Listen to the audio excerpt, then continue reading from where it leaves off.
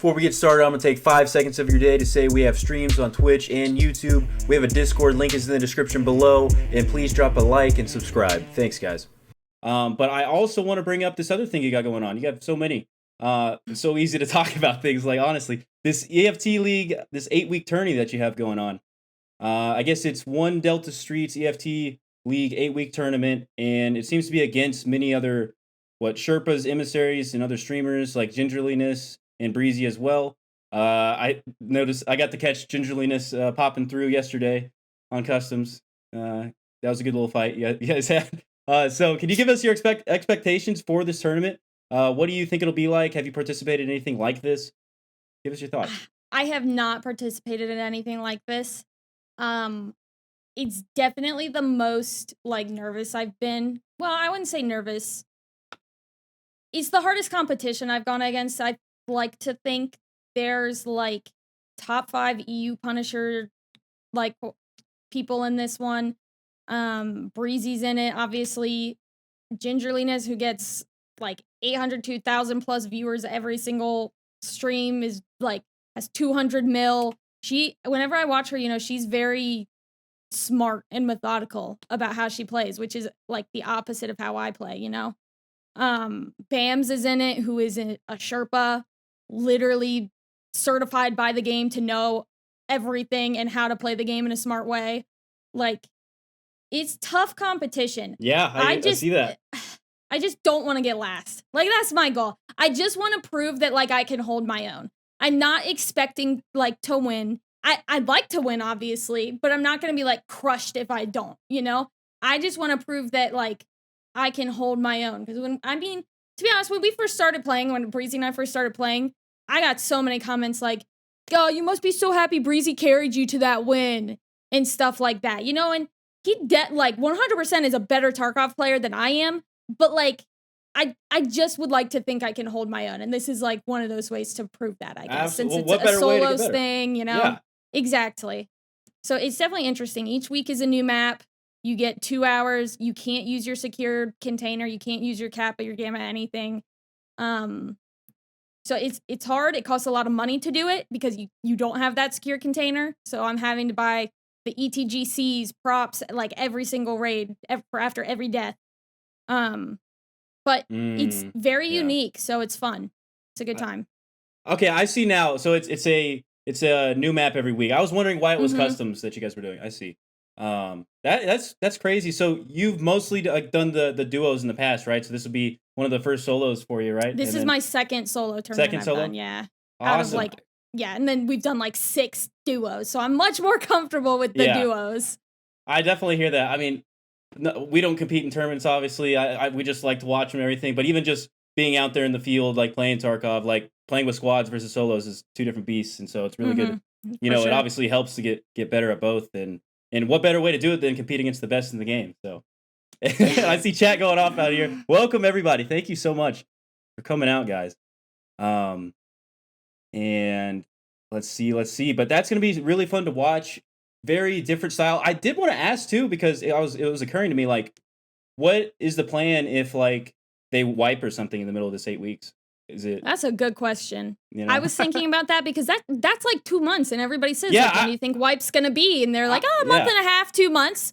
Right. So we had that thought too, because last wipe was a really long wipe, right? So the hunt, that first tournament I was talking about that we did, was towards the end of that, and we were freaking out, what if they wipe before the finals, in between the group stages and the finals. And that's something I've thought about too, with the evasion one. But realistically, everybody's still gonna be on the same playing field, because if it wipes, it's it's not I'm just I am wiping. It's just gonna change. I'm not gonna be able to bring in slicks and expo every raid, I'm gonna be, trying to grind my butt off to level 40 so I can have max traders and then get TV 110s and M1 rigs, more budget style stuff. But I'm not gonna be the only one doing that. So I think it'll almost more be a competition of preparation than anything else, which I think everybody in the tournament streams full time, but at least this EFT league. But for the evasion one, I know there's some people who have day jobs, and they wouldn't be able to put in the time that I would, they can't play 16 hours a day like I could at the beginning of a wipe. So yeah. It's gonna be interesting. It would be very. Okay. I don't know if they would change the rules or anything. It would be, or they would like delay a week to give people time. I don't know. It would be. This can be a wait and see kind of weird. situation. Yeah. It's not been talked about. We're all just kind of crossing our fingers at this point. I see that. Yeah, that's how it goes. Well, wipe is Thursday. Chat's right. So I guess you guys will have to figure that out. Yeah, it's always every Thursday they wipe. But and like you said too, it's interesting this wipe too because like last one was a super long one. But I mean, obviously with the Bitcoin stuff going on, this one is just a super accelerated wipe. So I feel like it's more likely that it's going to be kind of soon. And now that they're saying it might be with 12.11 and the factory expansion, we'll see. I guess we'll find out, and it'll throw a cool little wrench in the tournament. If so, if you guys keep playing with the wipe, sure. if it does happen, for sure. Yeah, best gamer wins. Yeah. I don't know. It would be something. So okay, I do want to ask too. The first day of that tournament was yesterday. Do you think you'll have to adjust or fine tune any strategies you had coming into it? Was anything different than you were expecting, or? Yeah, I did not play well yesterday at all. I think I'm like second last right now. There were a lot of things like going against me yesterday, but like I'm not gonna make excuses. I lost a lot of fights I should have won yesterday. So I think going into next week, even though it is factory, I just need to play smarter because I'm so used to like in these things, you literally just W key. And when I'm with Breezy, I have that backup, that extra set of eyes, the ears, if I'm wearing an Alton, to help me hear things. But when I'm by myself and I'm just running like twice, I think I literally just ran into a guy who was like to the right of me because I didn't hear him. And it was pouring rain, so I just happened to be looking on the other side of the screen and then instead of that side. So I need to be smarter and not. It's definitely different doing these things as a solo versus a duo for sure. And I just think I need to adjust to that a little bit. For sure. So do you think, with that in mind, do you expect that you'll slow down your playstyle a little bit? Yeah, a little bit. Yeah. I don't want to slow it down too much because then I'm just gonna like second guess myself. Like, should I push that? Should I go? But the whole like the advice I've always gotten is like every 5 seconds you spend running, you need to stop and listen. And I think I need, maybe not factory so much, but like I definitely need to just stop and listen more and be more aware of my surroundings rather than just sprinting to the hot spots and, assuming somebody's going to be there kind of a thing. I hear that. It's definitely a different play style. It's definitely solo. I just feel like in Tarkov, the hearing can be so powerful. Like, I don't know other game where it's this crisp. It's not perfect. I'm not saying the audio system's great or anything. I'm just saying it's like, if you play Call of Duty, if you play Insurgency, if you play any of these other shooter games, you cannot hear like you can in Tarkov, even with a headset on. Like, you can distinctly tell people across the map. With the Steam audio, too, I can give the direction pretty well, too. And as a solo player, that's what I always feel like is my advantage, because, like, if you're not using, like, push-to-talk in a squad or something, there is constant comms going, and, like, people just running around like maniacs, and you can't even tell what's what. So as a solo player, I always like to tap into that, but it's so different. So I hear you. Yeah. We're going to have a lot of fun watching, and so, chat, make sure you guys go out and support HayBailsZ for the 8-week tourney. It's going to be going on for a long time here, and we'll kind of see that little arc and see what happens. So wait, was it just kind of random that you ran into Gingerliness on, like, it's not the same servers or anything, right? It's just kind of like... No, I think we just happened to, like, I don't know where she is. I'm East Coast, so I'm assuming she's also on the East Coast somewhere. But like, is she in the States? I don't even know. I literally have no idea. I didn't think she was in the States, but I actually not sure. So I really have no idea. I thought that was wild. Like, we must have had the same servers selected, and because we were, both spamming customs she is stateside? over and over. Okay. Yeah, so we must have just, because I had it on auto, like East Coast servers kind of a thing. Just because I wanted to try to get into raids as quick as possible. We have done some tournaments though where the like organizer says you pick this one server in hopes that like everybody picks the same server in hopes that we run into each other. And those are fun, but this one, it wasn't that way. And she got the drop on me twice. I was pretty sad. The second time, I didn't see the second time. Wow. Okay. Yeah. The second time it was the end of the 2 hours and I was fighting Rashala, but also like, I was looking at the clock, talking to my mod, like, how much time do I have? I couldn't find anybody. And Rashala just totally, like, he and his goons, I didn't have a leg or an arm and I was yellow. And then she comes running down the hill behind gas station and was just like, so that one was kind of frustrating. Wait, no, I didn't realize that was her though. I know what you're talking about. I did see that. Okay. I didn't know it was her either because I literally just like minimized my game, pulled up Delta's stream, and then 2 hours later, I'm sitting back at my computer and I have Tarkov up and it's her name that killed me. I was like, wait, what? Okay. So that was kind of like an afterwards thing you figured out. What are the odds? That's so weird. Yeah. She's so nice though. Like if I had to be killed by anybody, like I don't want to get killed by Breezy, so I'm specifically not picking his servers.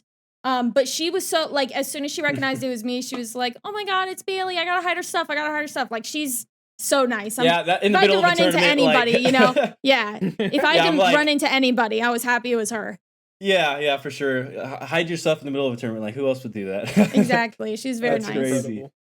What stories, man? That's wild. Y'all make sure to tune in again. It's gonna be really cool. That is still ongoing. I don't know exactly how often the Invasion GG tournaments happen or anything, or if you guys have plans in the future for that. But yeah, they have like seasons of it. I guess the one that's going on right now is still in group stages, but the actual like group stages are every weekend. So Friday, Saturday, Sunday. So there won't be the next groups are this Friday, Saturday, and Sunday, and then we play again in the semifinals. It's like on some soccer rule set. Right there. It's a legit bracket. It's pretty crazy.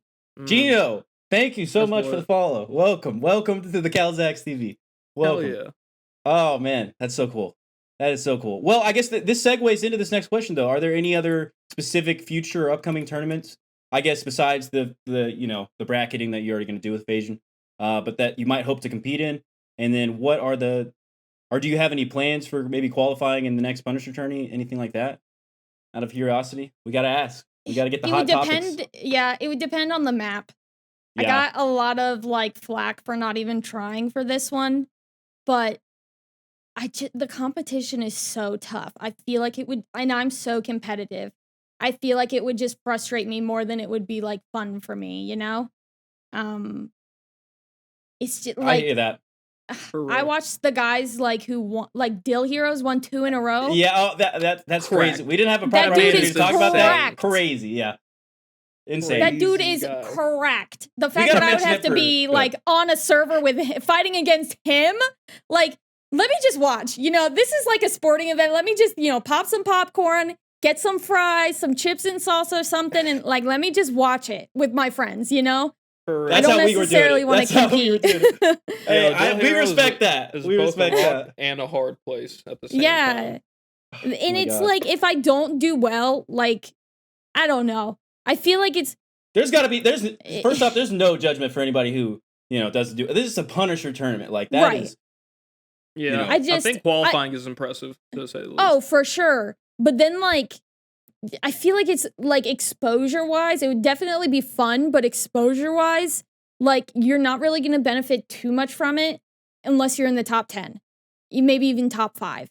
Like maybe you'll get some new people that night when Pestilli's got you on his stream in front of 80,000 people, but afterwards, if you don't perform well, you're just going to be forgotten. So like while it is fun and it's cool to like kind of try to prove yourself, from like a business like streamer standpoint, you literally have to be in the like top % of the gamers to really make it like helpful to you. And that's just so much stress. I don't know if I want, like, I'm not going to get top 10. I don't know if I want that. Well, chat, we might have to pressure HayBailsZ into going to Punisher. Some peer pressure. We don't care where you place, but we'll pressure you. the Punisher peer pressure. I see those Gino emotes. Those looking good. Yeah, no, I hear that though. It's crazy. I mean, we gotta mention it for just a second because we didn't actually have a chance to talk about it. But yeah, Dill Hero winning it twice in a row. Like twice. We literally talked to Yoinks on this podcast, episode 5, about the Punisher in general, and he was literally talking about just how much RNG there is in it. Like, oh, for sure, getting into the right raids, finding the right people at the right time, things like that. And he's a labs guy, so of course Punisher 2 was all his stuff. But he was telling us how he did still get lucky at times, and it's just insane that Dill Hero is able to double down. Like, yeah, just wild given that RNG involved. Head and shoulders above the competition. Well, that's what I think it just proves. Like the fact that he could still win 2 in a row with RNG being a huge factor, it just proves like he's better than the RNG. And like Axel too, he got what, second, first for EU.